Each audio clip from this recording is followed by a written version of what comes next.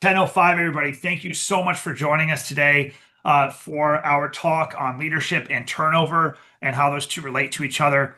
I'm a huge fan of why should I listen to this guy? So that's what I'm going to do for you today. I'm going to let you know what Dave's about here. There's two sides to this conversation, right? When it comes to leadership, first, this man's got experience that, I mean, he's lived two lives completely. He has worked at the top of the mountain for UPS, Office Depot, and Advanced Auto, where he managed 10,000 associates, over 33,000 stores with 3 billion in revenue. He got leadership training and courses from Office Depot when they were the largest retailer on the planet. I've seen some of the books I'm not supposed to see. It's amazing stuff. This guy was also on the other side of it. He is one of the best coaches I've ever met in my life. The man coached me through my business when I first started being an owner of my business, and I thought I knew what I was doing, but it was way in over my head. He's coached three first round draft picks for Major League Baseball, including Dansby Swanson, who can now be seen on Dairy Queen commercials. So those of you who love Dairy Queen might know him from there. David even turned down an offer to coach for the New York Mets. When he was coaching these young men, they came to him and said, "You are incredible. Your team's amazing." He's told me the story. If you want to hear it sometime, I highly recommend you get it out of him. And he said, "Nope, sorry," because he was already working for, he was already an executive for one of those three companies. I forget which. Now, in our industry, because that matters, he's coaching or has coached the likes of Julio Cabrera, Jack McGarry, Neil Bodenheimer. He is the official speaker coach for Tales of the Cocktail, which I highly recommend you go check out. And on the other side of things, he currently also coaches Harvard PhDs, Broadway singers, CEOs, and game show hosts. The man just has a talent for coaching. He really does. Yeah, look at him smiling, make him uncomfortable with all my accolades I give on this guy. Before I turn it over to Dave, one more time, I'm going to ask that as many as you can, please leave your cameras on. He really does work well with an audience. It makes it easier for him to get into his flow. I'm also going to encourage you to get your note taker out. I'm a big fan of handwritten notes. I'm actually keep looking over at my notepad here, which I'll have with me. But whatever you're using, get it out, take notes. This is fantastic. Ask questions in the chat. I'm going to be asking you all questions. I'm going to really appreciate you answering when I do ask them. We're going to make sure that we get some participation out of you. It's much more interesting that way. And finally, I am going to be asking you all to check out our coaching program. So Dave's going to explain a little bit about that in the beginning. I'm going to tell you we have a special offer for people who are interested in finding out what that's about. But keep your ears open on that and sort of be interviewing Dave a bit or paying attention to him if you want this guy to be coaching you and your teams. So with that, I'm going to turn it over to the absolutely amazing Oh boy. Dave Pitzel. All right. Thanks for that. Look, it's nice to have a friend that'll give you a wind up like that, isn't it? That's the worst part of the presentation, hopefully, is surviving that introduction. So look, I do love coaching and I love this topic and what you should know is this isn't highly curated, it's more conversational. So I really encourage, and it's not a big group. So if something comes to mind and you have a question, please type it in the chat and we'll go back and forth on some stuff. These are the things that I have learned over a career that I think are impactful. We're going to ask you some what I think are really interesting questions, conversations that I love to have, points of view that I have that I'm excited to share. For starters, though, this is a little bit of what our coaching program looks like. And no, this isn't an infomercial, so don't worry. It's not buy now and get steak knives kind of deal, but we do have a business to run. So we're excited to share a little bit of this with you. We have three different programs. One is this manager coaching program, which is a group program. Some of the folks who are on this call are in that program. And we talk about things like turnover and delegation and time management, amongst a host of other things. What I like about today's content is leadership sort of lies over the top of a lot of these things. So we're going to take a broad swipe at the idea of leadership. And what I'm going to do today, hopefully, is give you some different perspectives on what leadership means. I think there's a lot of tired narratives out there about leadership, and what I suspect and what I hope to be true are some of the things that you hear from me today might be unique. So I'm looking forward to the dialogue and your feedback. Dave, was there anything you wanted to touch on this? Am I good to go? Thank you. Yeah. So just as you're keeping your ears open on Dave here, the offer we're making here is the first month for free for anybody who signs up within the next 30 days, or sorry, no, the next 2 weeks. We have currently two active group coaching groups that are going on, and we're launching our third one on the 27th of July. So anybody who joins up before that date will get the first month free. And if they want to continue after that, it's $50 a week, very affordable. And the quotes we get from people are things literally like, this changed my life, this changed my business. And we're even seeing some feedback on increased revenue and profitability from some of the people that Dave's coaching when they go through questions they have about that, how to do that in their business. So keep your ears open, and we'll pitch it again at the end and give you a way to sign up for that. All right, cool. Let's go. So, whether it's hospitality, frankly, today this is labeled hospitality leadership. But as you heard from Dave, I have had a very interesting career. The last 15 years have been in hospitality. Just so you know, I'm, I feel like I have a pretty good understanding of the industry. I was never a super creative bartender, or I'm not like a dynamic bar or restaurant owner. I have an immense respect for the amount of work. In fact, when I started in this industry 15 years ago, I was absolutely blown away by the amount of effort that it took to run a single unit. I came from, as Dave said, very impressive, big numbers, lots of zeros. But the truth behind that too is with all those zeros comes a lot of support, tons and tons of support, tons of specialization, people that just needed to do one thing. You come in and you develop a specialty and you do that one thing exceedingly well. And then when I was introduced to this industry, I was like, oh my God, these people have to do everything. And the world's coming at you in waves. And so I have an immense amount of respect for the people that are trying to lead and manage in this industry. And I think that's what ultimately led to us doing more and more of this type of content and coaching. I just thought, I think I can help. So to me, with that said, leadership is the art of getting things done. And I believe he or she that gets the most things done wins. And I call that stacking wins. I come across a lot of people all the time, and we talk about doing things. A week goes by, 2 weeks go by, how'd it go? Couldn't get to it. It's like, yeah, but that was pretty simple, wasn't it? Like we weren't talking about doing something difficult. I got busy. Busy doing what? Stuff, things. The tide rolls us over. So some of the themes that you're going to hear about today, one is creating continuity. Continuity in business is powerful. That has to do with turnover, stability. When people talk about what matters most to them in a job, if you look at any number of surveys that are done, and a lot of people will tell you the thing that matters most is pay. You always hear conversations around pay. We need to pay people more in this industry and how much people make. And I think that's a bit of a cop out, frankly. People don't have enough conversations around we need to create amazing work environments where people can thrive. When you look at the rank order of things that matter most to folks by almost any survey, and I would encourage you to go look this up afterwards to see if I'm crazy, what people value most in a job is typically some element of stability because their life depends on the job. They have to pay their bills, they have to feed their family, and all the responsibilities that come with life start with the job, and they need to be able to count on that job. So what kind of job are we providing for people? Most of the time, people are willing to sacrifice a degree of financial gain for stability and what I like to call continuity. And it becomes our job as leaders and managers to create an environment that includes an element of continuity. Bless you, Dave.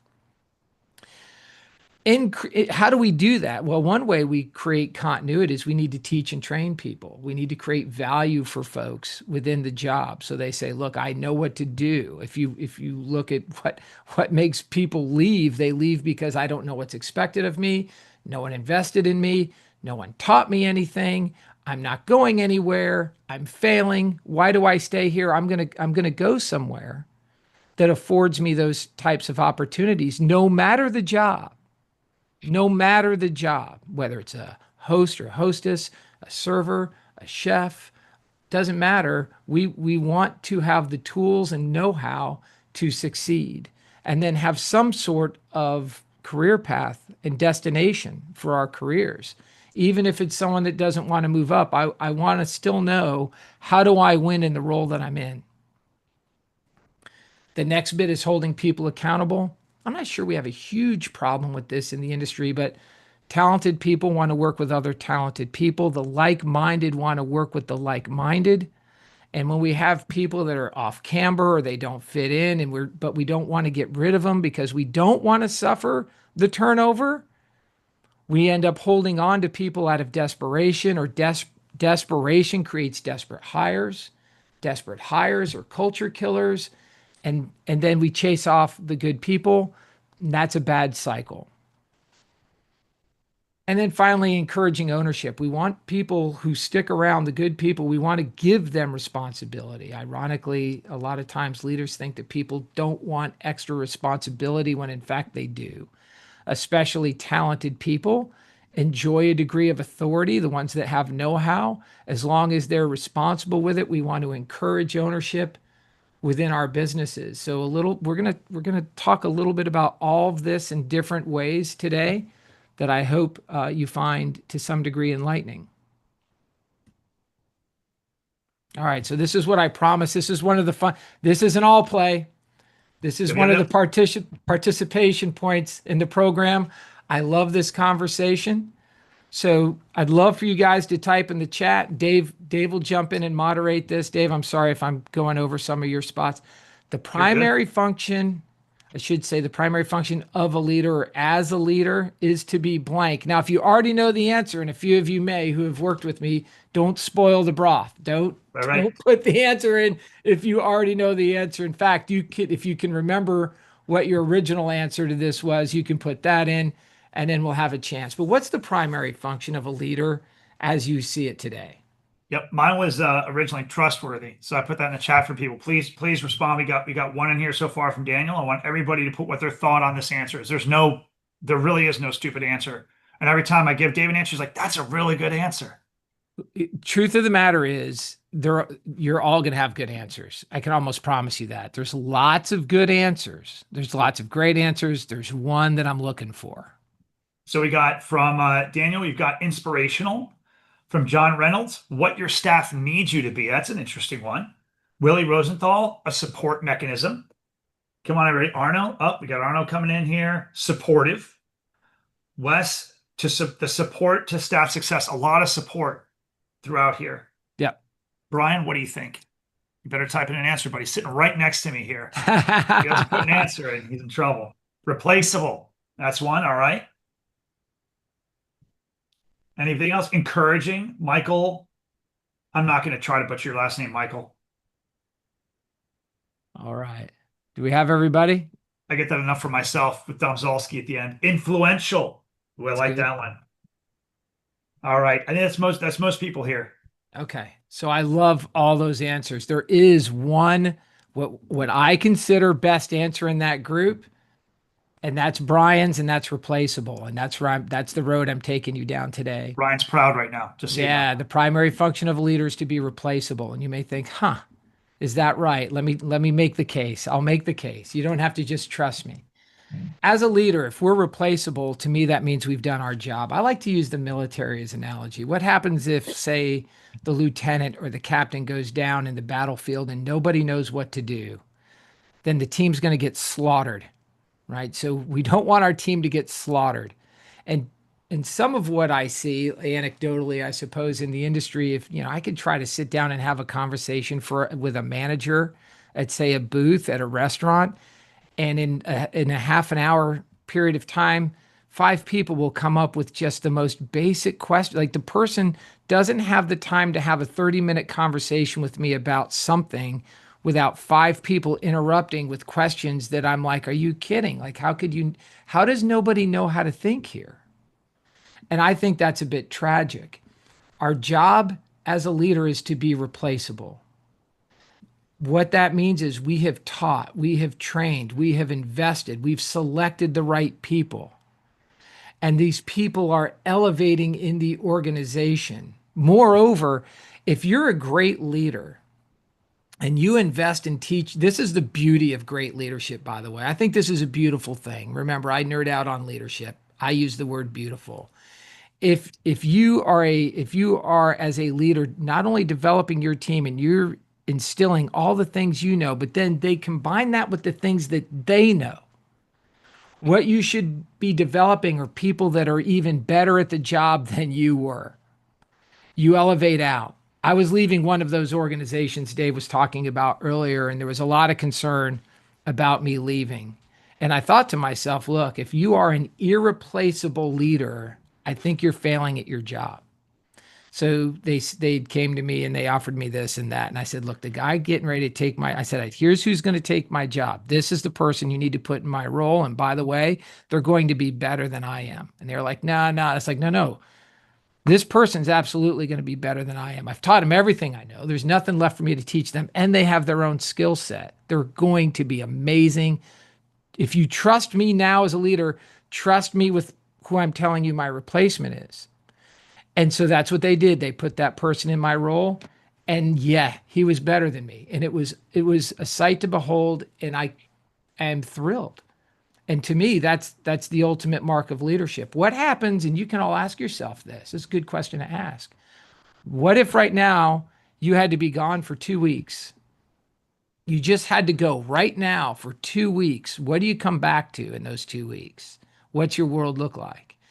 If your world looks like it did when you left, you're in a pretty good spot.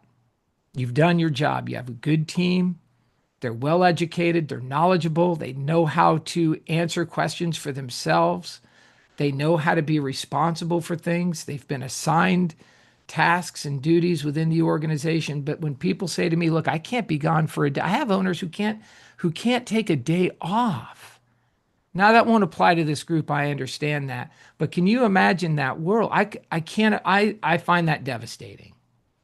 So remember, a primary function as a leader is to be replaceable. We have to have the confidence to teach and educate, inspire, support. There was a lot of support, right? This is where that answer is right.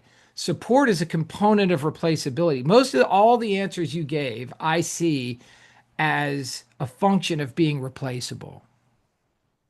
The danger becomes when we're not confident enough to operate that way.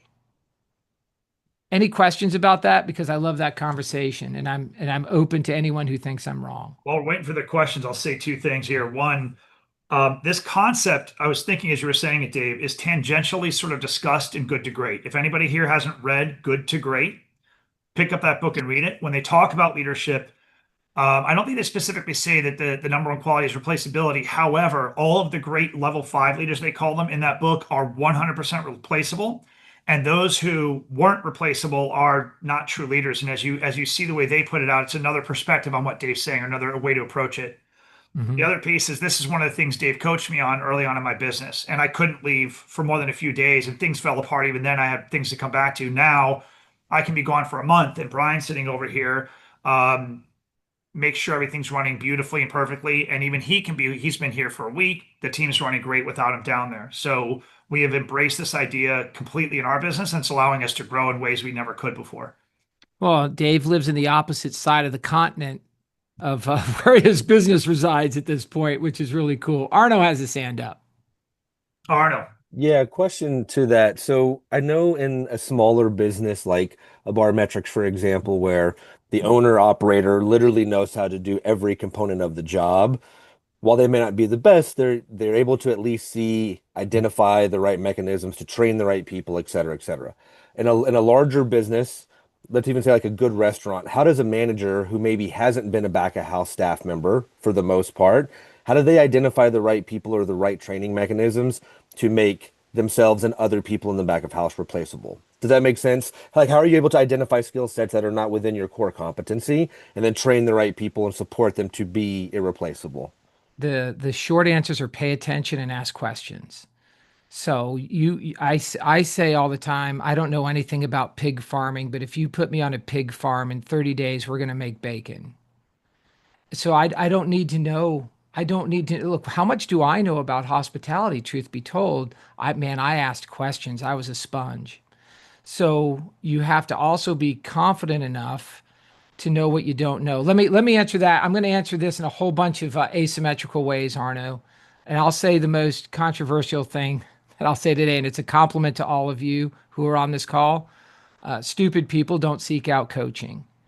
I hate imposter syndrome. These are things that I don't like, because really success in life comes from a version of curiosity and caring and confidence in knowing what you don't know. So if you find yourself in a circumstance where you don't know anything, then pay close attention, talk to people, ask all the questions, being fearless about not knowing. I don't know many people who look at someone and say, man, this person's just asking a bunch of dumb questions. Most of the times they look at you and they're like, man, that's really cool that this, whatever version of a leader you are, they look at you and go, man, that's really cool that you're willing to ask and learn. You're asking me questions. You're wanting to learn about, I don't know, like, I don't know how you dice the onions up, right? Like the tick, tick, tick, tick, tick. Man, how do you do that? Show me how you do that. How long does it take to learn that? Do you need a certain kind of knife? Do you wear something on your hand? Do you ever cut your fingers? Like, hey, I'm asking questions like that because I don't know and I want to learn. And if there's people willing to teach me, then I am a willing learner. And then I just take what I know and reapply it back to them, and it becomes a really beautiful shared experience, Arno. So I'm not trying to answer your question the best I can, but it is be curious, be brave in asking questions, be willing to accept what you don't know. And I think that's where people get into that imposter syndrome stuff, where they feel like, hey, I'm the boss, so I need to know all the answers. Absolutely not. That's not a qualification for being a leader, is knowing all the answers. And just I'm sorry, and just to preface, the reason why I asked that as well is because I've seen also working with hospitality people that um, managers can be held hostage sometimes by like rock star employees in certain positions, and so how to alleviate that, and that's a great answer. I appreciate it. Yeah, And and look, I would like to add to that, Arnold. Again, fantastic question. This isn't theory. I watched Dave do this. The very first thing I did when I came to Florida was run a pop-up restaurant in the middle of Florida, at Sebring, Florida. 27 bartenders. I was the only leader there, and I was in over my head because I had all the operations to run and there's all the people as well. Nitzel showed up about halfway through our first really, really busy shift. The staff was not happy. There's a lot of infighting going on. He spent 45 minutes walking around asking questions. And I to this day, I look at him and go, how the hell did you do that? Because everything was smooth after that. And he asked them questions. He got to know them a little bit, asked whatever he needed to get to know about it. Never ran a restaurant before. The last thing he'd done in a restaurant was wash some dishes. And Ponderosa, and Indianapolis, Indiana. he has those bartenders humming after 45 minutes of some questioning, actually some humility. Hey, I don't know this, but I know leadership, I know management. Da, da, da, da. Move some people around a little bit, figured out what's going on, and that was it. So this works in real time. Yeah. Look, I basically, in that example, is I just ask people, what's the problem? How do I solve it? This supportive stuff, like you guys got a lot of that right. It's a component of that. What do you need? How do I make you happy? How do I make you successful? How do we win here? I don't know, but I can get you. What do you need? Right? You need a chair? Like, what is it? I can get a chair. What is it that you need? It's that simple. Sometimes it's not. All right, let's move on to the next slide. We spent a lot of time on that, but worthy. All right. Oh, here we go. The inverse. It's another all play. I'm hitting you with back-to-back all plays here. Blank is the cause of toxic leadership. So this is the inverse of what we're talking about. It's not necessarily on a spectrum, say. Pop your answers in the chat while Dave's talking here. All right. Yep. Mine was a difference when he first told me, asked me this. He did this to me too. He practices on me and he goes, he asked me these questions. He's like, is that a good question? I'm like, dude, it's a great question. He's like, your answer's great, but it's not the right one. I'm like, okay. Let's see if Brian gets this one right too. That mine. I think indifferent leaders are the worst. John Reynolds, gatekeeping. I like that. Willie, micromanagement. Ooh, that's a good one in my book. I'm going to play the Dave role here. I'm going to tell you how good your answers are. It's all great answers. Got a few more. Lack of confidence from Wes. Good. Lack of confidence. Lack of self-awareness from Brian. Lack of trust. Michael, yep, dude, I'm big on trust too. Huge on trust. Lagos is over here thinking about his answer. We'll get one more answer in here, and then I'll flip it back over to Mr. Nitzel. Lack of desire. Ah, the willingness to do. All right, Dave. Oh, staff not advancing from Daniel. All right, very good. All right. We ready to rock and roll? Someone got really close. All right. So Yeah, I heard it. it's a one-word answer. I think it was Wes. Was Wes Yep, lack of confidence? that's right. Wes All was right. lack of So confidence. super close, Wes. What I go with is insecurity. Insecurity is the cause of toxic leadership, and I will explain why. I Insecurity die on that leads, hill. insecurity leads to several really bad things. One is blame shifting. Nothing's my fault because I don't have the confidence to accept responsibility, so everyone else is to blame. It's also the inverse of that, success hoarding. Everything that's good happens because of me. I worry about my position. I worry about my authority, so I'm not willing to give any of it away. I don't want to hire people that are more talented than me. Look, I'll tell you what, great leaders hire people that are more talented than them. Never forget that. Weak leaders hire people that are weaker than them to protect their status. Great leaders hire talented people because they understand it elevates everybody, including themselves. I want to be surrounded by greatness. I want nothing more than the people that work for me to be better, smarter, faster than I am. But I'm not insecure. I'm comfortable with what I don't know. I embrace what I don't know. I want to hire people that fill those gaps. And I want to hire a team of people that can do my job. So let's go back for a minute to who can't, the person who has to be away from work for 2 weeks. If that person has hired people that, and I know this isn't just play nice, play along. If that person has hired people who are capable of doing their job and more, I've left the place in the hands of talented people, and talent finds a way. They say nature finds a way, talent finds a way too. But if I've hired a bunch of knuckleheads who don't know how to do anything for all the wrong reasons, when I come back in 2 weeks, we might be out of business. Like, I don't know what's going to happen. Insecurity is just venomous in business, and I see it a lot. I also chalk the new sheriff in town mentality. I see a lot of new managers come in, and the first thing they do is dump on the old manager, and we're going to start doing things my way, and this is the right. They're not curious at all. They don't ask any questions. How do we do things here? Why do we do the things we do? What's your belief system? All these different things don't happen. They just want to come in and make their mark immediately to prove their value because they don't have the confidence to give it time to learn, to understand, to grow, to let that team build around them. I find that it's just bad. By the way, the book, The First 90 Days, is one of the best books you'll ever read. In hospitality, it's probably the first 30 days, not 90, but that's a great book around getting started in a business. But anyway, I think you get the idea. Insecurity is a leadership killer. Now, And I think if like I did, if everybody on this call, if you think you probably had one of those. Mine is the reason I own a business and I'm not an employee anymore. Mine was that bad. It shoved me out of wanting to be an employee. Some people on the call know who that is. That's how big of a deal it was in my life. I think you probably all have a guy or gal who you're like, I know that one. And when you think about it, you're like, it really does it's toxic. Everything comes from that insecurity. Brilliant people sometimes. Mine was beyond smart. The insecurity killed it. had a boss tell me one time there's two kinds of bosses. You guys have probably heard this before. One you take a bullet for and one you put a bullet in. Haven't heard that. No. Yeah. Love it. Don't go shooting your boss. All right. I can't get my screen to move, Dave. Here we go. All right. So this goes a little bit more into that. 5-star managers seek out 5-star employees. 4-star managers seek out 3-star employees. So just that statement alone, you can sort of see how who's got the better life here? And this, you have to have a degree of confidence and security to be the person who's a five-star manager seeking out people that are five-star employees. Hey, look, I want all my employees to outshine me.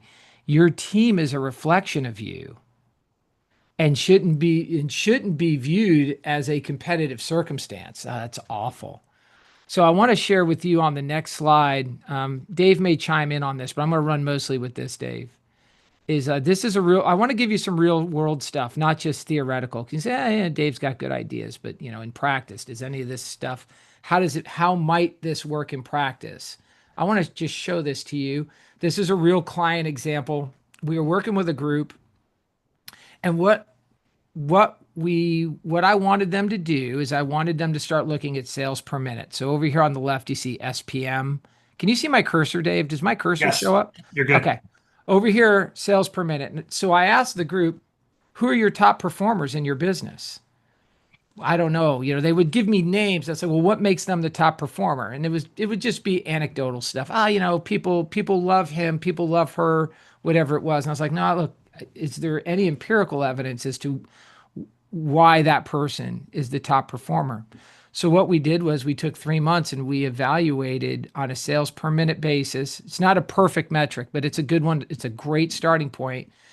And we said, hey, look, the sales per minute for our top performers is 1.5. And on our lowest performer was 0.7, which means the 5-star, we didn't call it that at the time, is doubling sales. Do we know why? Why is this person's sales double? And nobody really knew. They just said, hey, she's great. It's like, oh, okay. But how do I replicate she's great? What does that mean? So what we did was we did a work along. Is it as the same way you might with a new hire, where you shadow a new hire as they serve? The managers went and did that with their best performer. What was the mission? The mission was simply to learn. We needed to learn from our best employees. What do you do different? What makes you so special? Because the truth was we didn't know. We just chalked it up to personality and attitude, which in the end, to some extent was true, but not completely. So we need to know that, don't we? So we did this study, and then they came back, and the idea was this. I love this, guys. This is a favorite story. So they came back and we had this analysis. And so the idea was we're going to work with we got to work with the 1 and 2 stars, and we need to move them up, because if we move them up, then X, Y, and Z will happen. We'll make more money. Does anyone know why that isn't such a great idea? Anybody wants to unmute and answer that question? I don't blame you for not unmuting and not answering. I'll tell you why, right? So the better opportunity was here. The better opportunity was with the 3 and 4 star, because the 3 and 4 star employees are willing and able. They just don't know how. They want to be 5-star in theory, but they don't know how to be 5-star. And our job as leaders is to be able to teach them how to be great. I want to win. If I'm winning, I like my job more. I'm making more money. And guess what I'm not doing? I'm not leaving, because I'm making a lot of money and I'm winning. These folks down here aren't necessarily willing and may not be able. We're not spending a lot of time here, maybe a little bit. You'll decide how much effort you put in here, but basically this becomes a replace strategy. I can replace 1s and 2s with 3s and 4s. It's hard to find 5s. We have to cultivate and educate to get people to 5 by hiring 3s and 4s. But your insecure leader is intimidated by 5s and likes to hire 1s and 2s and 3s, and then we suffer right here. So when you start to, and you say, oh, Dave, that all sounds good. Look, we measured it. We annualized this. These are huge numbers down here. We have 6-figure impact. And by the way, in this particular group, this was just for 1 store, by the way. With this group, they do 16 million annualized. They've boosted all store revenue by 6%, which doesn't sound like that much, but someone break out a calculator and do 6% of 16 million and tell me how much that is. And you'll be like, oh boy, it cost them no money. All the data was there. All we had to do was teach and educate people how to win by learning from our best. So we had to admit we didn't know. We don't know why our best are our best. We just sort of accept that they're good, and we think we know and we have an opinion. But there was nothing we could do to teach them before we learned. So we had to go learn from our best, teach our potential, and then replace the laggards. And that ended up being, I think, and we're not even done with that project, by the way. I think there's still, I think we can double that number that we're at. I think we can go from 6 to 12, and that's the journey we're on at the moment. And if you do that math, you'll realize we start to get into like the 7-figure impact numbers just by training people and learning from our best. Yep. And at 6%, to answer your question, you're knocking on the door of 7 figures. That's $960,000. Okay. I was close to 7 figures. My math isn't the best. I was close. And this is also happens to be a client of mine on the other side, and I've confirmed it with another leader in the company that this is the result is clear and obvious, and they've made some simple, literally free, significant changes that have led to these figures. Yeah. So let's go back just to put a bow on this. I gotta make sure I'm okay on time. Oh, I have one other thought for you. Yeah, I gotta go quick. But the idea is understand what we don't know, be willing learners as leaders, learn from our best, empower our best people, reward our best people, teach the people with potential. Don't be afraid of hiring talented people. Seek out people that are more talented than you are and fill your gaps. It's very rare. If you work for an organization where you hire great people and then you're terminated somehow for that, you're better off having left that organization anyway. Dave, you had a point before I get into turnover? No, keep going. All right. So if you don't mind a quick yes or no, Dave, that's what you want here, right? Dave wants a yes or no. How many of you measure turnover in your organization, if you don't mind, real quick? Yep. Do you measure turnover in an organization? Yes or no? And while we're waiting for that, I've asked this question of a lot of clients, and if you are already doing it, and if you want to answer, this is great. If not, that's totally fine. Just a thought for you. When you have a number that you don't like, which 80% is the average for our industry in 2025, predicted and now being measured, right? 80% turnover, which is super high. That's not good. When you have a high number, do you have methods? Do you know how to get it down to where you want it to be? Do you have a process for that? And if you don't, listen to Ansel here. He's going to take you through it. I love his answer. Yeah. So a lot of people here are measuring it, Dave. So you know, some more yeses than no. I have 3 yeses and a no so far.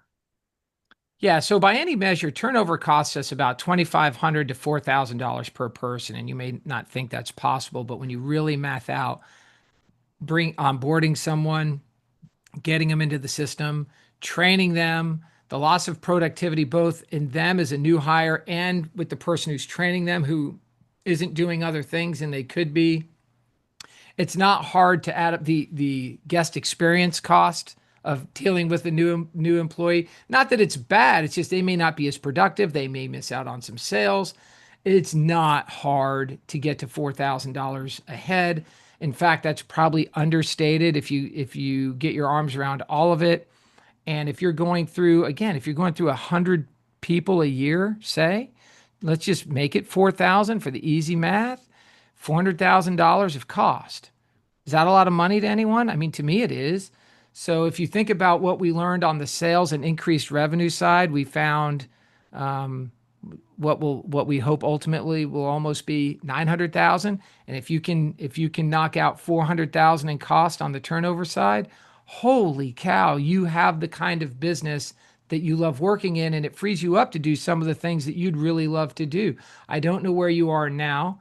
World class is typically less than 10%. And I'm not going to give a pass to hospitality businesses to say, well, we're going to be higher than that because we're not good employers. I think that's ridiculous. We should be shooting for 10%. I do know a lot of people are over 100% on turnover and just simply won't address it. And I don't know if it's a matter of know-how or want to, or I think more typically it's not normal in our industry to go after this sort of thing. We treat people, unfortunately, in a very disposable way. And I'm immensely hopeful that we're growing out of that mindset. I think we are, but I hope over time we start to understand the value of this is that continuity piece again too. It's hard to have continuity in your business with high turnover. I train people, I'm busting my butt, I'm training all these people and then they leave. And then I train again and then they leave. And if that keeps happening, what do I eventually stop doing? I stopped teaching, I stopped teaching, I stopped training because everyone's just going to leave. So then we have to get into the culture of the business. Why are people leaving? And sometimes that's an ownership issue. Sometimes it's a management issue. We can't get into all that in an hour, but just understand that if you want a leadership metric, you need a singular number. This is a really good one. And why do people leave? I think what Dave wanted me to touch on is, look, people again, don't leave for money. Most typically, I mean, you can. If you're going to double your salary, you're probably going to go, no matter how great the job is. But the places that we work with that have almost no turnover typically have people that have a strong sense of belonging.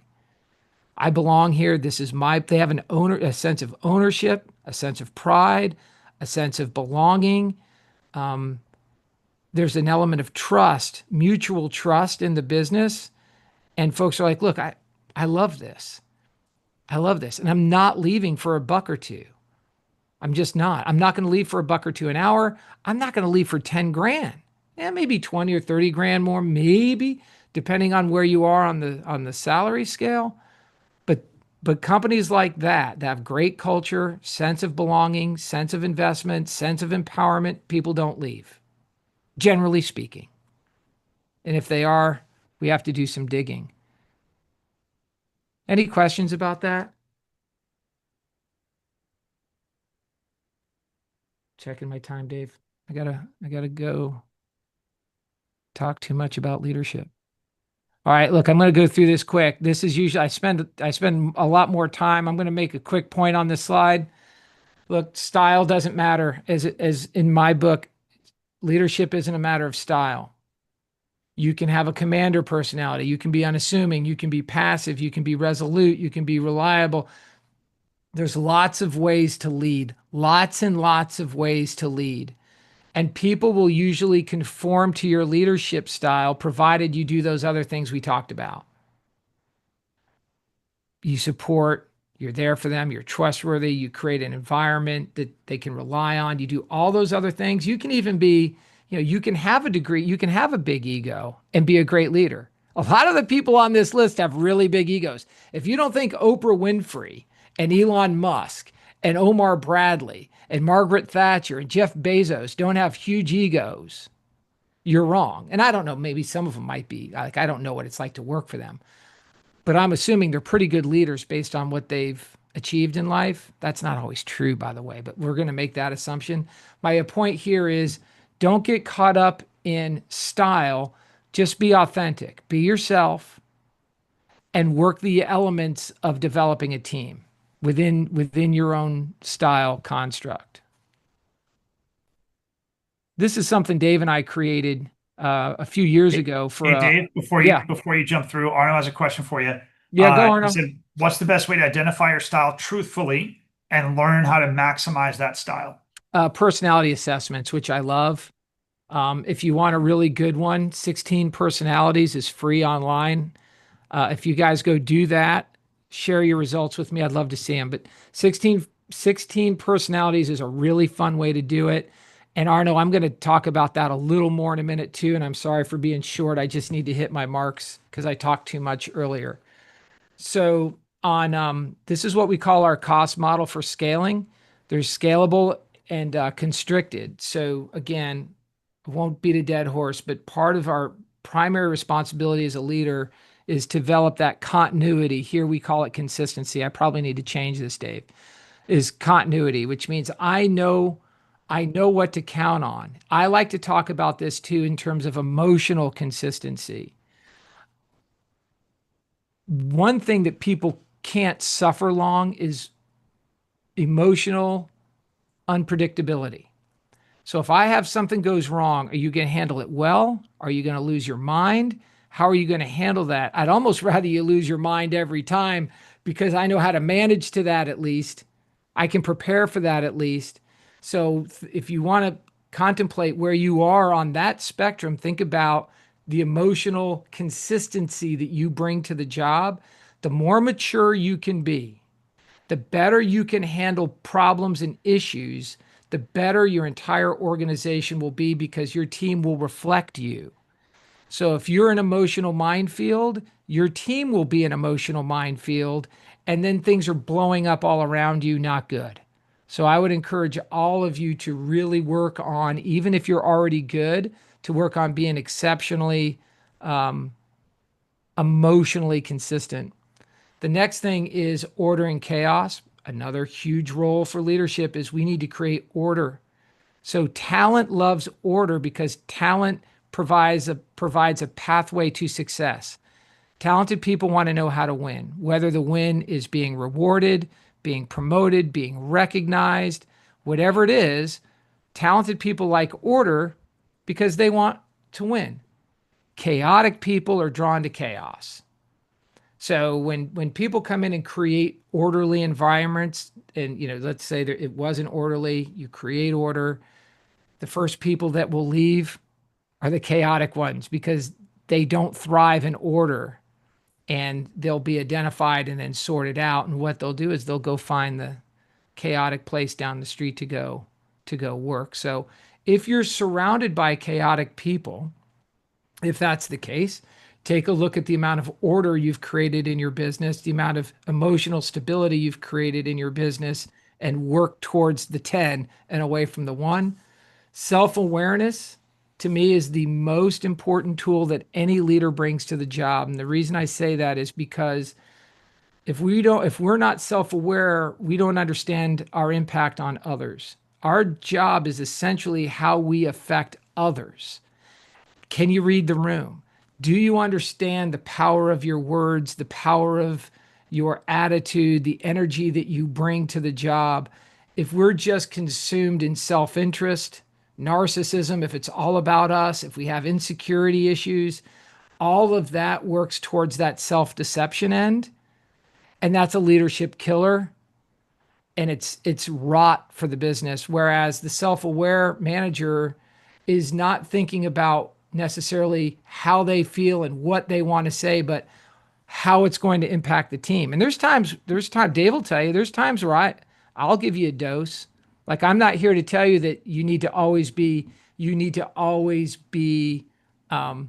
happy, Worried. right? Empathetic. Like, I don't believe in always, not necessarily. I'm contemplating, what does the team need to hear from me, and how do they need to hear it in order for me to get the best out of them right now? I need to make an impact if that happens to be the case. So I'm also not painting a picture of there's only one way to do something. Being dynamic is good, and I want you to be consistent, but you can also have a throttle within your consistency as long as it's mature. And the final piece is trust. I like to take a minute on this because if I were to survey right now, Dave knows this, if I was to survey right now and say, how many of you on here are trustworthy? Everyone would say yes. No doubt about that question. Yeah, everyone will say yes. So we're going to skip the question. Here's the problem. It's trustworthiness in the eyes of your employees, not through your eyes. So let's say this quick example. I'm sorry I'm speaking fast, but I want to hit my marks here for you guys. If someone says to you, hey, you're in the interview process, you really like this person, they're talented, you want to hire them, and they say, hey, I can't work Tuesdays and Wednesdays, I have my kids. I don't have a sitter, I can't work Tuesdays and Wednesdays. 3 weeks goes by and you have a problem with the schedule, so you schedule this person on a Tuesday. And they come up to you and they say, hey, I told you I couldn't work Tuesdays. Well, look, hey, you like working here? You work the days we schedule you around here. And we don't have enough people, so I need you Tuesday. Be here. And they go, okay, look, I don't want to lose my job, so I'm going to be here. Is that a trust issue? You bet it is. You bet it is, because you made a promise that you're no longer keeping. Now, if you go to that person and say, hey, I know I promised you this, but we have a problem. And I say, look, I can work, but I need to get a sitter, and that's going to cost me $70. You going to front the 70 because you're breaking your word? Probably should. Do you? Maybe not. These are trust issues. I have a pay issue on Friday and my rent's due on Saturday, and I come to you and say, look, I was short $100, and you say, I'll take care of it. I'm on it. I come in Saturday Hey man, the $100. Oh yeah, man. I'm on. I got busy. I'm on it. Monday, $100. Yeah, I promise today. Tuesday, right? Those are trust issues. Trust, we think of trust as, hey man, I'm not stealing anything out of the back. You can rely on me on the cash. Look, that's not the kind of stuff. You wouldn't be here if you were that person. Trust erodes over 100 little cuts. So I want you to be aware of how trust erodes in a leadership relationship with the team. Be hyper aware of that. Any questions about our cost model? Okay, cool. I love this quote. I think this is powerful, and I think this is especially powerful for our industry. It comes from Colin Powell, and he said, perpetual optimism is a force multiplier. If you can't bring anything else to the job, bring optimism. People want hope. They want to be inspired. There's nothing we can't do here. There's nothing we can't overcome. I may not have any idea how we're going to overcome it, but we're going to have a great day. We're going to have a great night. Whatever comes our way, we're going to win. We're going to take it on. We're going to go. Full speed ahead, always forward. Optimism is a force multiplier. So if you can be optimistic, even if it's against your nature, if you can develop a sense of optimism within your team, do it. And that sort of leadership allows for scalability. A friend of mine, Kristen Marvin, right now is releasing a book about multi-unit stuff and how to have more, say, than one venue. Some of you are working in organizations that are scaling like crazy. I think that's wonderful. Everything that I have just shared with you allows for scalability, right? So I had 3,300 stores. That meant I needed 3,300 great managers. How in the world am I going to do that? Right. So we have to create cultures that inspire people to leadership, inspire people to grow, to be the best versions of themselves. And we have to invest like crazy in them. And invest doesn't mean tons and tons of dollars. It means time. It means care. It means know-how. So great leaders build teams that can do big things. Continuity leads to productivity. So we talked about defining success. Does your team know what good looks like? So if I walked into any of your venues right now and I say, hey, what matters most here? What are the 3 things? What are the 5 things that matter most here that you do every day without question that everyone's aligned on? Will I get 100 different answers, or will everyone give me the same 5 answers? Do you survey your teams? Look, one-on-ones, who's doing one-on-ones? You don't need to answer. One-on-ones, powerful. You should be doing quarterly one-on-ones with your team, and that's a listening session for you.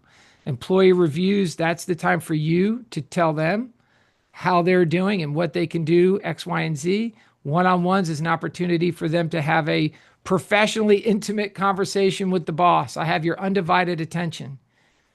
And here's what I want to tell you as my boss, one of the most important people in my life, the boss, probably top 3, certainly top 5. I want to have a relationship with the boss, and I can get to do that on one-on-ones. Make sure you're measuring turnover, not only measuring it, but understanding why people leave. So survey them when they go, why are you leaving? And oftentimes they don't tell the hard truths, but you can get something from it. And then make sure you have rewards and consequences. Are you celebrating the wins in your organization? I know a lot of the people on here are. So that's awesome. And with that, world-class management falls in the middle of this. We contemplate the guest, the investor, and the employee. Those are the 3 stakeholders that we are leading for. We are responsible for our guests, we're responsible for our investors, and we're responsible for our employees. And our decision-making metrics is when we can say yes to a positive impact to all 3 of these stakeholders, that's a good way. Like if you're trying to figure out, Dave, is this a good idea or not a good idea? If it's good for the guest, if it's good for the investor, and it's good for the employee, you have on your hands a good idea. And you can share this decision-making metrics or whatever yours is, matrix, with your team as well. Hey, I'm gone for 2 weeks. Hey, you. Hey, Willie, put me on mute. This is a good way to teach your team how to think. How do you think when I'm gone? Well, if you can say yes to all 3 of these, it's good, then the answer is probably yes. All right. I know I went fast at the end. I apologize for that. Are there any questions? 1 minute left. That was good. It's going fast, I know. Any Well, questions before I turn this back over to Dave? I'm happy to stay. I just know some of you probably have to go. and while he's waiting for that, again, I just want to remind you guys, if you want more on this stuff, if you want to be walked through and coached through the process that we're currently working with that group to increase their revenue, the advanced management program there in the middle, that's 30 days free for anybody who signs up before the 27th and starts with that group. We have 3 slots open, and then anybody who wants to stay in, it's $50 a week. Um, and I highly recommend you do it. Dave's a phenomenal coach, and I was lucky enough to get him for free at the beginning of my business. And I think anybody who works with Dave is very lucky to work with him. I'm actually currently working with him to set up a group coaching call for my team, just in my business, so that they can benefit from his coaching. He coaches to the person, not to his idea of what's going on. So it's a fascinating and enjoyable process to go through with the guy. That's the last of my pitch. I put my email address here in the chat. I'll pop it in there one more time. If you're interested, reach out and we'll get you set up. And that's If anyone, thanks for that, Dave. Look, we also do scholarships. So if money is an issue, we don't let money get in the way of helping people. We just ask that you don't abuse that good nature, but we want to help people, and we're in a position to do that. So I'm thrilled to make that offer as well. And if you have any questions about this, if your head's spinning a little because I went too fast at the end, with my apologies, feel free to email me and say, Dave, tell me more about this. This was confusing. This didn't make sense. If anything like that, I'll be thrilled to help you out. I'll be wildly available to you in that respect. And did I miss anything? And I'd also like to put out there, just because I hear a lot of coaches out there, and then I watch what they do, and I see that it doesn't match up, and that always drives me nuts. And I have a hard time listening to somebody. And I'll tell everybody on this call, everything you've heard here today, I've implemented in my business. The continuities, the chaos versus order, all those 4. That's my shorthand for talking to my leadership team. I say these are what we have to achieve in order to scale my business. I'm currently, as Dave said, I'm half a country away. I'm in Michigan. The core of my business is in Miami and Broward County. And by doing these things, it's enabling me to scale my business. I have a very aggressive goal for the next 5 years, and that's how I'm going to achieve it. The ABCD, all 4 of those, I wasn't doing, and I think a lot of people don't ask their team or get involved with their team on asking them how they're doing, do a survey or one-on-ones.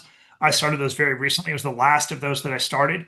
Massive impact. What I've learned from my team and about my business and about them has been invaluable to my business. And all these things are making it easier and easier for me to do what I'm doing. Like I said, I've been here for a month now, and Brian's been running the business in Miami. He's currently here because we're also launching in Michigan. And I couldn't do it without these principles. I just couldn't. So this leadership stuff works. I actively work with it and work on it every single day in my business.